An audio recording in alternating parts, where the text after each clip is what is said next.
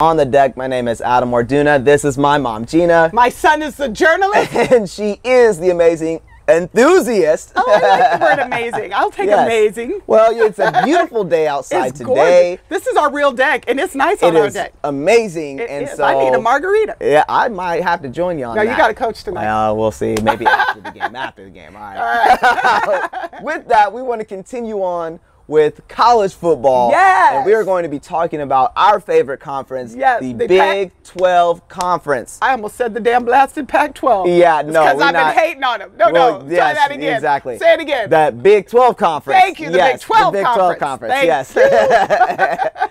And so with that, we are going to be talking about the expansion and what needs to be done, the restructuring of this conference, because it has so much history of so many great universities and schools and just great football. Can I talk about that for a minute? And yes, just go ahead and explain to the viewers and dive on in, please. Because I love the Big 12. And we started out as the Big 6. Yes. Nebraska, Colorado, Iowa State, Kansas, K-State, and Missouri. Yes. Now, Missouri has left us for the SEC, Colorado has left for the Pac-12, and Nebraska has left for the Big 10. And I say left, they got run out by Texas. They did. Because then we became the Big 8. From there, we added Oklahoma and Oklahoma State. Correct. Produced some great rivalries, the Thanksgiving and day after Thanksgiving with Nebraska, Oklahoma.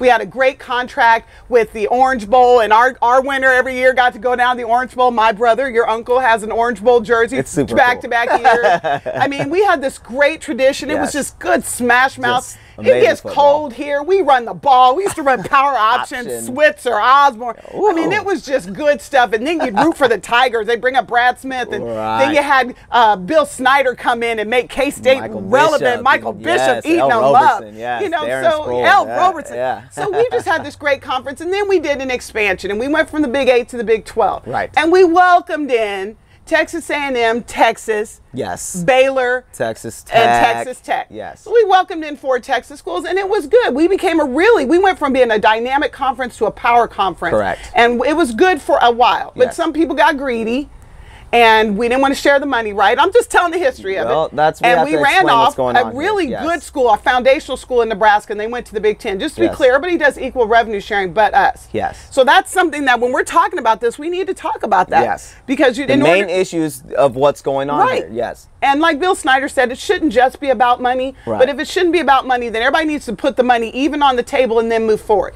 So now here we are. We're the Big 12 conference, but we only have 10 teams. Correct. Because with the exit of Missouri and A&M, who are now in the SEC. Now in the SEC, we have been left with 10 teams. Correct. And we've got Iowa State, Kansas, yes. Oklahoma, Oklahoma State, Baylor, we welcomed in TCU, yes. we kept Texas, and we kept Texas Tech. So, correct. You know, that's where we stand right now. And they've been trying hard to promote the conference as sort of a round robin style of tournament in every sport. Oh, wait, I forgot West Virginia. I'm sorry, West Virginia. Correct. I was like, I think that's not enough. Yes. West Virginia. And we West brought in Virginia. West Virginia. Yes, West Virginia. Sorry. And yes, well, and that's the point is we just went through the history, and so we've had to add teams, add schools, add universities to continue to try to keep our relevance for the most part. And West Virginia's a great school. TCU's a great school.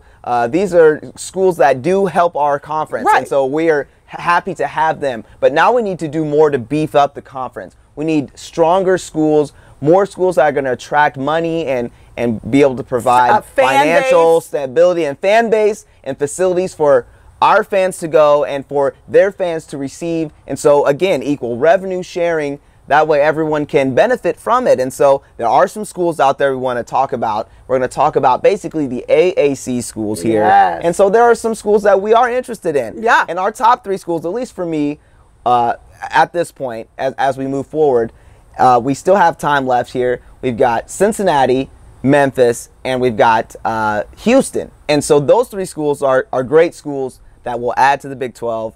They're city schools, meaning that there's a population at that university, whereas if you're in a rural community, sometimes it's hard to muster up all of the things that you need. But there's always money and revenue coming from those areas, and so that would definitely help to the conference as well as the athletics, and those are all great schools. Yeah, so you're saying Cincinnati, Memphis, and Houston. Houston for I the agree top with three that. as far as what I go from the AAC conference as we look forward. Okay, so we both agree that revenue sharing is an Yes, issue. revenue but now sharing. we've got 10 teams. Our name is the Big 12. My question to you is, Yes. do we want to go to 12 teams or do we want to go like several other conferences and go to 14 teams? Because we just named 3, so we've got a little road. So what do you think? Well, in a way, you know, I guess you could do it in a package deal. I feel like you could get, if you could do a bundle package, if you will, kind of a discount practice. Doing the cable bundling. Yeah, so you could get 4 teams and get to 14, and I think that solidifies your stability within the conference.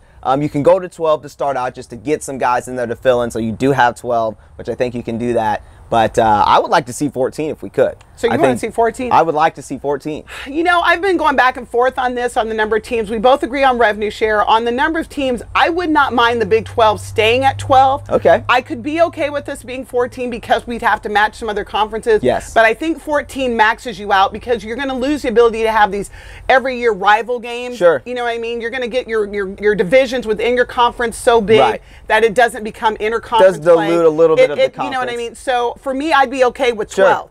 The problem is, if I went to 12, which 2 teams would I take? Right. So I'm going to give you if we go to 12, I'm going to give you my 2-team ad. Yes. If we go to 14. So my 12, my number 1 is Houston. Okay. Houston has earned it. They're they're right there. Sure. I don't love having another Texas team in the conference, but Houston deserves to be there. My Sure. number 2 would be Memphis. And I know they're kind of a Southern school, but they've got good money to bring. They've got do. a good fan base. They also add to the conference for basketball. Correct. So number 1, Houston. Number 2, Memphis. Number 3, I'd go with the Bearcats. Okay.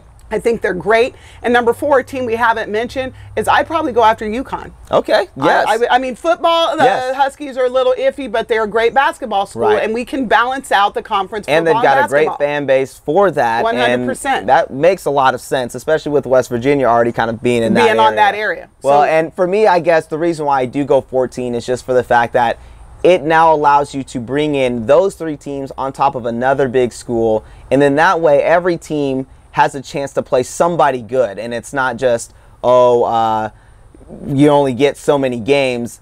Every game is going to be important because you do have so many teams. There is competition. You can't just sit there and be like, oh, well, we're going to accept last. You have to get up there to the top. And so for me, I feel like it creates more competition if you have more, especially if you go out there and get a bigger team, maybe from the Pac-12 or maybe from a Big Ten. Maybe you go back after another Big Ten school or something like that. Try to lure them back. So who would you pick? Yeah, and so to me, there has been rumblings from the Pac-12 as far as some of the LA schools. I'm not sure if that's the exact route, but I think there's a team out there, and we've actually talked about this in the past, but we haven't talked about it on the show. But an Arizona State or an Arizona, I think, are potential schools that would fit well and translate into the Big 12. Arizona would. There's just kind of that same mentality, especially with Rich Rodriguez being at Arizona. I was thinking that. He's a great coach that runs this style and can recruit within the Big 12. And I think that would be a good fit if there was one, if it doesn't go towards the LA schools, if there isn't a pull from there. But we'll see, and that's why we have this discussion. So, but your other 3 are Houston. But those 3 from the AAC, right? Houston definitely. I agree, and I've been a huge advocate for not trying to have a Texas school within the Big 12, just for the fact of why teams have moved out. But Houston, I think, does bring something very positive to the program or to the conference. And I think Memphis, with the FedEx money, with their fan base, within basketball, and their athletes, Paxton Lynch just got drafted number 1.